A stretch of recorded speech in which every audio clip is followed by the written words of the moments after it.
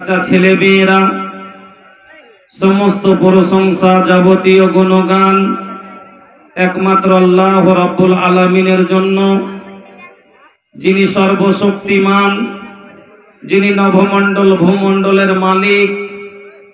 সেই মহান আল্লাহর একবার সকলে প্রশংসা আদায় করি, পড়ি আলহামদুলিল্লাহ।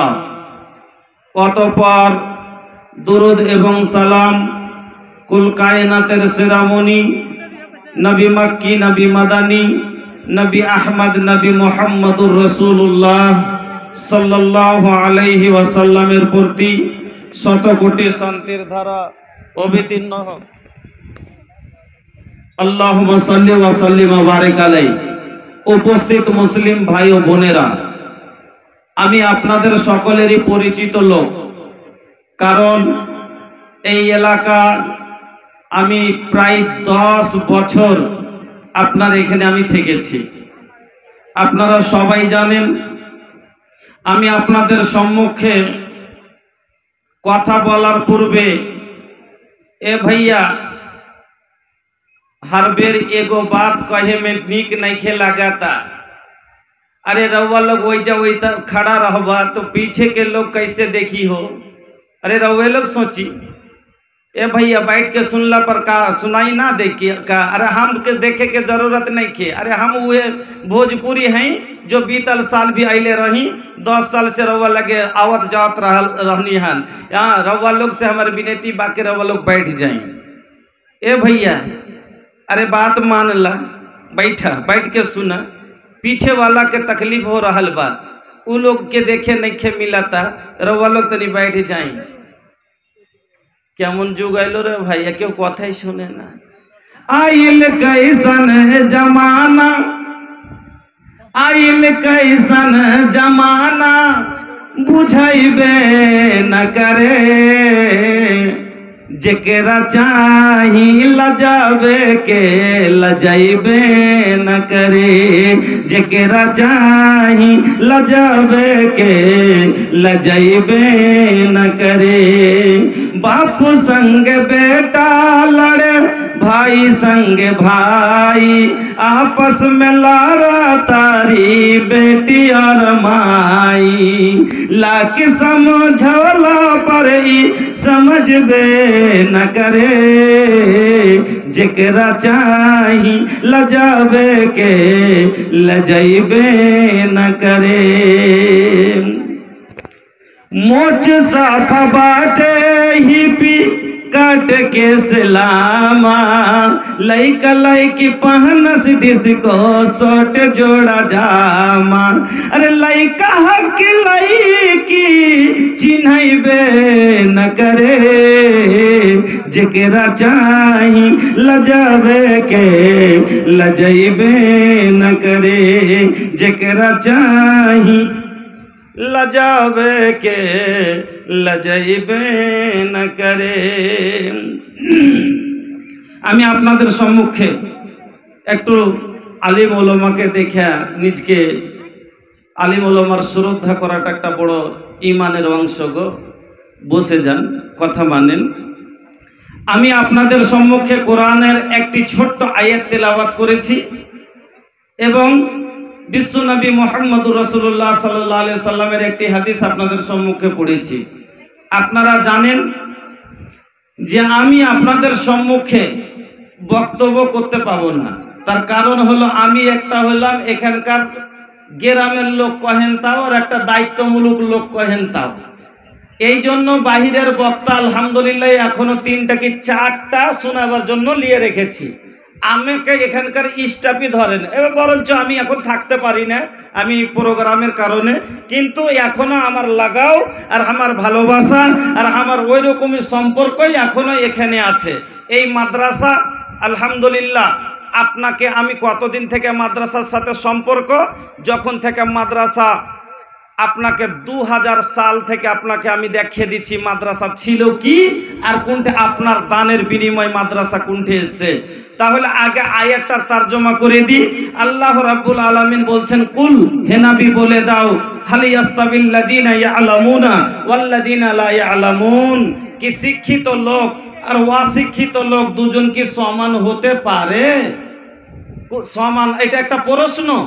আল্লাহ বলছেন যে শিক্ষিত আর অশিক্ষিত দুইজন কি কোনোদিন সমান হতে পারে? সমান হতে পারে? পারে না। এবং হাদিসটাতে বলেন, এবং আল্লাহ রসুল কি হাদিসটার তরজমাটা শুনেন, খায়রুকুম মান তাআল্লামাল কুরআন ওয়া আল্লামা। আল্লাহ রসুল বলছেন তোমাদের মধ্যে খায়রুকুম, সব তোমাদের মধ্যে ভালো লোক কারা? মান তাআল্লামাল কুরআনা, যে কোরআন, মান তাআল্লামাল কুরআন ওয়া আল্লামা, যে কোরআন শিখলো এবং শিখালো, যে নিজে শিখলো অপরকে শিখালো, তোমাদের মধ্যে সবচাইতে উত্তম মানুষ হলো সে। বন্ধুরা আমার, এবার কেউ আমরা এই মাদ্রাসাতে শিখছি আর এই সিঙ্গেলপুরওয়ালা শিখাইছে, খালি ওরাই শিখাই না, কেউ আপনার আমাদের মধ্যে বাচ্চাকে শিখাচ্ছি আর এলাকার মানুষ সবাই আবার ওখানে শিখার জন্য ব্যবস্থা দিচ্ছি, আর ওরা শিখছে আর আমরা শিখাচ্ছি, মানে মাদ্রাসা খুলে সবাই মিলে এখানে দিয়ে যাচ্ছি। আলহামদুলিল্লাহ। আপনাকে আমি কয়টা কথা বলবো, বেশি কথা বলার সময় নেই। কোরআন একটা হলো আমাদের জীবন ব্যবস্থা বিধান, একটা মানুষের জীবনে চলার লেগে যে দরকার আছে কোরআনের মধ্যে আল্লাহ তাআলা দিয়ে দিয়েছেন। বন্ধুগণ, কোরআনের মধ্যে আপনারা সবাই জানেন 114টি সূরা আছে।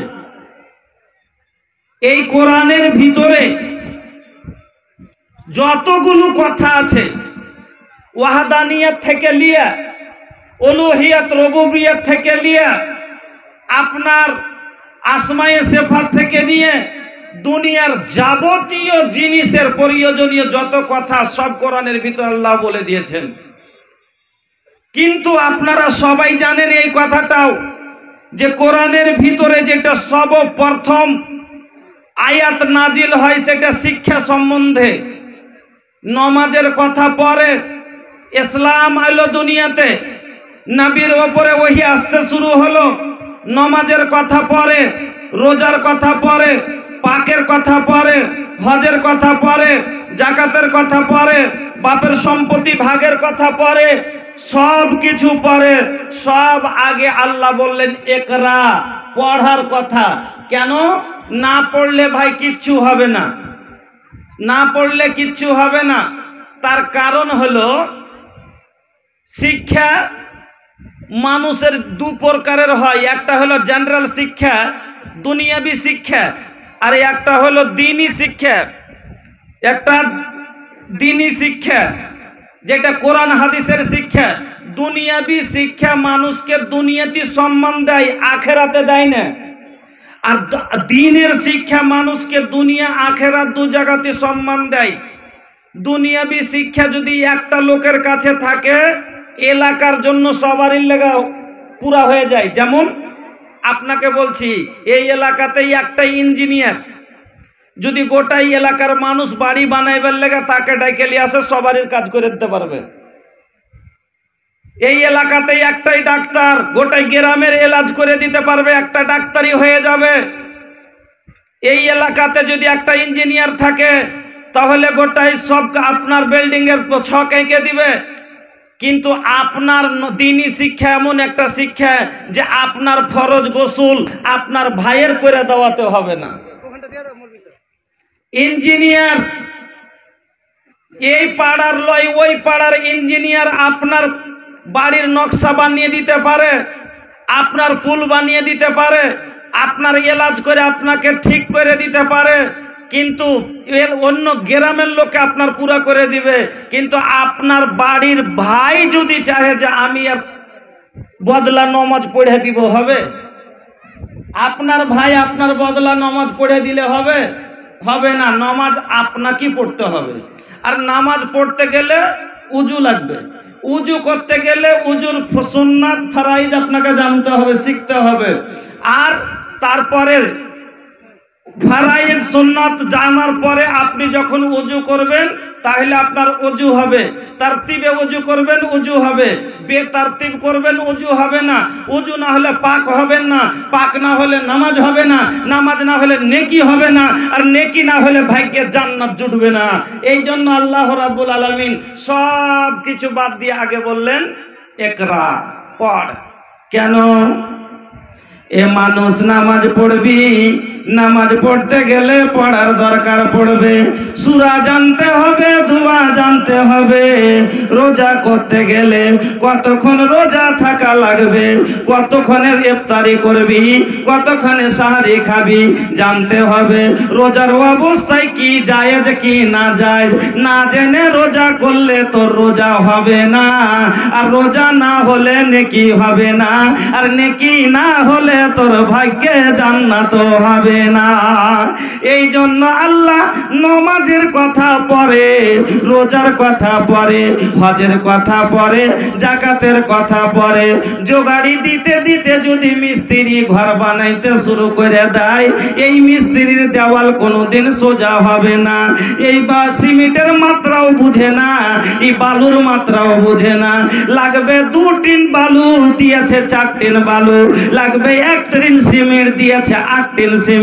তাহলে কিন্তু যেমন একটা লোক না জেনে একটা মিস্ত্রি তার কাজ করতে পারে না, ওই রকমই একটা অশিক্ষিত লোক না শিখে ভালোভাবে আল্লাহর ইবাদত করে দিতে পারবে না।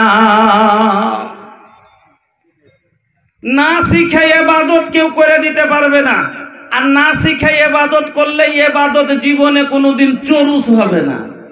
আমি ওয়াহাদানিয়াতি বুঝি না, আমি তৌহিদ বুঝি না, উলুহিয়ত বুঝি না, রুবুবিয়ত বুঝি না, কিছুই বুঝি না। আমার জীবনে হবেটা কি, আমি করবটা কি? বন্ধু আমার, শিক্ষা, এই দিনই শিক্ষা এমন একটা শিক্ষা যে শিক্ষা ওয়াহাজাল ইলম আল্লাযী ওয়াজাদা বিহি আদম আলাইহিস সালাম ফজিলাতান ওয়া কারামাতান আলাল মালায়েকা। এই শিক্ষাই ছিল বাবা, যার ফলে আদম আলাইহিস সালাম সমস্ত ফেরেশতার উপরে সম্মানিত হয়েছিলেন। ওয়াহাজাল ইলম আল্লাযী আখরাজা ইউনুস আলাইহিস সালাম মিন বাতনিল হুত। এই শিক্ষার ফলে ইউনুস আলাইহিস সালাম মাছের পেট থেকে বেরিয়ে এসেছিলেন। কি শিক্ষা ছিল তার কাছে? লা ইলাহা ইল্লা আনতা, তাসবিহ জানছিলেন, লা ইলাহা ইল্লা আনতা সুবহানাকা ইন্নী কুনতু মিনাজ জালিমিন। আল্লাহ বলছেন ফালাউলা আন্নাহু কানা মিনাল মুসাব্বিহিনা লা লাবিসা ফি বাতনিহি ইলা ইয়াউমি ইউবআসুন। সেদিন ইউনুস যদি এই দুয়াটা না পড়তো, এই তাসবিহ না পড়তো, কিয়ামত পর্যন্ত ইউনুসকে মাছের পেটের ভিতরেই রেখে দিতাম। বন্ধু আমার, তাহলে উদ্ধার পাইলে কিসের কারণে? এই দ্বীনি শিক্ষার কারণে। ওয়াহাদাল ইলম আল্লাযী আখরাজা ইউসুফ আলাইহিস সালাম মিনাস সিজন। এই শিক্ষার কারণেই ইউসুফ আলাইহিস সালাম কায়েদখানা থেকে পরিত্রাণ পেয়েছিলেন। ওয়াহাদাল ইলম আল্লাযী জাআলা আখিরান নবী সাল্লাল্লাহু আলাইহি ওয়াসাল্লাম আকরামুল আম্বিয়া ওয়া আশরাফিহিম। এই শিক্ষার কারণে আমার নবী সমস্ত আম্বিয়ার উপরে উনি সম্মান পেয়েছিলেন। আমার বন্ধুরা, আমার ভাইজানেরা, এই দ্বীনি শিক্ষা, কোরআনের শিক্ষা বলার জন্য মন খালি ছটফট করছে, কিন্তু আমি যদি লম্বাভাবে বলতে যাই হবে না। তবে আমি আজকে শিক্ষার একটাই কথা বলবো। আল্লাহ বলেছেন যে আমি শিক্ষিত লোকের সব দিনই সম্মান উঁচা করেছি। উতুল ইলমা দারাজাত। আল্লাহ বলছেন আমি কি করেছি? ওই ইলমওয়ালার দরজাকে বুলন্দ করেছি। আর না তো দেখেন, সামান্য একটা আপনাকে দেখাচ্ছি, এখানেই দেখতে পাবেন। শেখ হলেন সালিম মাদানী সাহেব, আবু সালিম সালিম উদ্দিন মাদানী সাহেব। উনাকে ডাইকে নিয়ে সেখানে স্টেজে সভাপতির জন্য বসা হলো। একটা অন্য লোককে কেনে এনে বসা হলো না। কিসের জন্য? ওনার কাছে ইলম আছে। আমি গ্রামঘাট থেকে ডাইকে এনে আমাকে এই জায়গাতে বসতে দেওয়া হলো। এখানে আরো তো অনেক লোক আছে, তবে ওই লোকটা তো আমার চাইতে বুজরুগ, আমার চাইতে হয়তো জ্ঞানে গুণে বেশি, শিক্ষিত বেশি, কিন্তু ওর ভিতরে হয়তো, কিন্তু তাকে দেওয়া হলো না কেন? ওই যে সামান্য একটুকু ইলমের কথা আমি বয়ান করতে পারি, এই জন্য চেয়ারটা আমাকে দেওয়া হলো। আমার বন্ধুরা, আল্লাহ তাআলা বলেছেন যে আমি ইলমওয়ালার দরজা সব সময় উঁচা করেছি। আর কত উঁচা! এই ইলম খায়রুকুম মান তাআল্লামাল কোরআনা ওয়া আল্লামা, যে যারা এই দ্বীনি শিক্ষা অর্জন করবে এবং করাবে, দ্বীনি তালিম নিজে শিখবে এবং শিখাবে, এ হলো তোমাদের মধ্যে সবচাইতে ভালো ব্যক্তি, সবচেয়ে অতি উত্তম ব্যক্তি। আলহামদুলিল্লাহ, এলাকার মানুষ আপনারা এই মাদ্রাসাকে এলাকার একটা মার্কাজি মাদ্রাসা বানিয়ে দিয়েছেন। যেমন 2000 সালে আমি যখন পড়তে এলাম সিঙ্গালপুর মাদ্রাসাতে, আমার জীবনের কথা বলছি, ওই ঈদগাহ, পুরাতন ঈদগাহ যেটা, ওখানে ছিল মাদ্রাসা। 6টা টিনের ঘর ছিল। কয়টা? 5টা। পশ্চিম সাইডে ছিল 2টা, একটাতে বাচ্চা থাকতো, একটাতে শিক্ষকেরা থাকতো। আর উত্তর সাইডে ছিল 3টে টিনের রুম, সবটি টিনের, টাটি দিয়ে বেড়া, খোঁটা পুঁতে মাচান, তার ওপরে শুয়ে আমরা শিক্ষা অর্জন করছিলাম। 2001 আমি আপনার এই সিঙ্গালপুর মাদ্রাসায় যখন পড়ি, এই এলাকার অবস্থা আল্লাহর কসম করে বলছি, 1টা 3টে তখন ওই 4টা 5টা শিক্ষকের খাওয়ার জন্য প্রত্যেক বাড়িতেই একদিন করে জাগির নিতে হতো। খাওয়ার মতো একটা লোক ছিল না যে পার্মানেন্টলি জাগির করে খাওয়াবো। একটা লোক সিঙ্গালপুরের মাটিতে সেদিন ছিল না। আল্লাহু আকবার।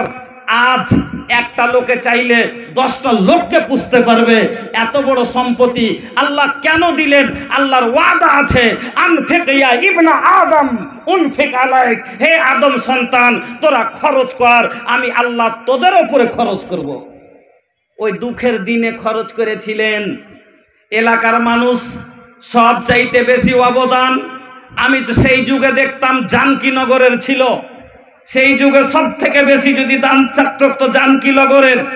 এখন পরিবর্তন হয়ে আসছে হালে হালে, কিন্তু কুমড়ি আর সব থেকে যেটা বেশি নাম আসতো আমি দেখতাম জানকীনগর, কুমড়ি আর কয়েকটা গ্রাম এদিকে আপনার বিজেলি, বাউরা, গোসাইপুর এলাকার সবাই মিলে আপনারা, এটা বলিনি যে ওনারা চান্দা দেননি, কিন্তু সব থেকে যেটা বেশি হেল্প আমি বুঝতে পেরেছি আমার লাইফে তখন দেখেছি, সেটা ছিল জানকীনগর, কুমড়ির সব থেকে বেশি অবদান ছিল আমার বন্ধুরা।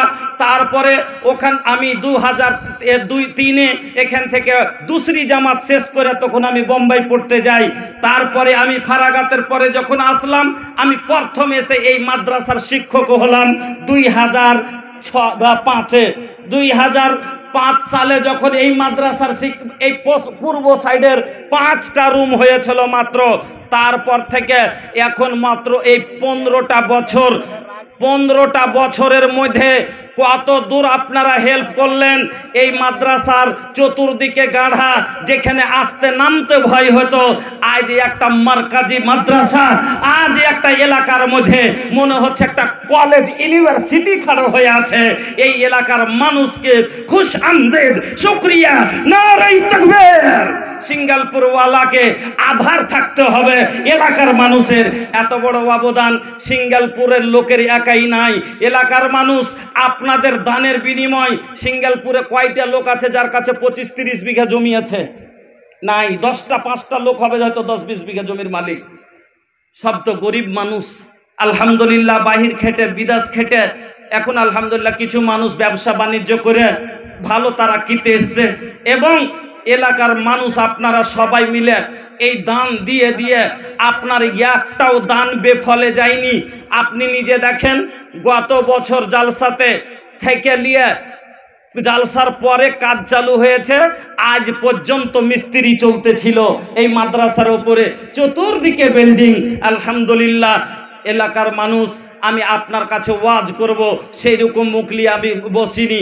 আপনার কাছে আমি ওই মহব্বতে আবার হাত বাড়াবো। এই মাদ্রাসাকে আপনারা যেইভাবে দিয়েছিলেন গত বছর, আবার এই বছর এই মাদ্রাসার আর 2টা রুম কম আছে। মাদ্রাসার ওপর মঞ্জিলেতে দুটা রুমের জায়গা ইনারা আর পুরো করতে পারেননি। আলহামদুলিল্লাহ দক্ষিণ দিক থেকে পশ্চিম দিক থেকে ঘুরিয়ে উত্তর কোণাতে দুটা রুমের সমান জায়গা আর থেকে গেছে। এই বছর ইনশাআল্লাহ আপনারা দুটা রুম করে দিবেন। আর এই মাদ্রাসা আগামী দিনে আমি সিঙ্গালপুরের মানুষকে বলবো যে আপনারা ক্লাস বাড়ান, ভালো টিচার বাড়ান। দেখেন এখানে শুধু আমরা ছিলাম তখন শুধু কি ছিল, এখানে দার্সের ব্যবস্থা ছিল, এখন হিফজের পূর্ণ ব্যবস্থা। দুটা মাদ্রাসা, হিফজের এক মাদ্রাসা হয়, দার্সের এক মাদ্রাসা হয়। আলহামদুলিল্লাহ এই মাদ্রাসার ভিতরে দুটা মাদ্রাসা জুড়ে আছে, হেফজখানা প্লাস আপনার এখানে দার্সের ব্যবস্থা দোসরি জামাত পর্যন্ত। এই মাদ্রাসাকে যেইভাবে আপনারা প্রত্যেক বছর ধান থেকে নিয়ে 10,000, 20,000, 30,000 থেকে নিয়ে 2 টাকা পর্যন্ত দিয়ে মদত করেছিলেন, আজকে আপনার কাছে আমি হাত বাড়াচ্ছি বাবা এই মাদ্রাসার জন্য আপনারা মহব্বতের সাথে উঠে আসেন। আমাকে কারি সাহেব বলে দিয়েছেন কারণ আমার পরে 3 জন বক্তা ওয়াজ করার জন্য আছেন, ওনারা ওয়াজ করবেন, ওনারা আমরা শুনবো। আমার হাতে আপনারা কালেকশনের কাজটা দিয়ে শেষ করে দেন, আর তারপরে ইনশাআল্লাহ সবাই মিলে আমরা ওয়াজ শুনবো। আসেন তো বন্ধু আমার। আলহামদুলিল্লাহ সর্বপ্রথম আল্লাহর ওয়াদার উপরে কায়েম থাকেন। বন্ধু আমার এত যে আপনারা খরচ করে আসছেন, আপনাদের কি কিছু ঘটেছে? দিন বা দিন যদি গরিব হয়ে যা থাকেন তাহলে বলেন যে আমি গরিব হয়ে গেছি। গরিব তো হয়নি, বরং যত আমরা মাদ্রাসা খুললো, মসজিদে দিতে গেলাম, দিনের দিন আলহামদুলিল্লাহ অত আমরা সুখী হতে গেছি। কেন? আল্লাহর ওয়াদা আছে, ইন্না ওয়াদাল্লাহি হাক্কুন, আল্লাহর ওয়াদা সত্য, ইন্নাল্লাহা লা ইউখলিফুল মিয়াদ।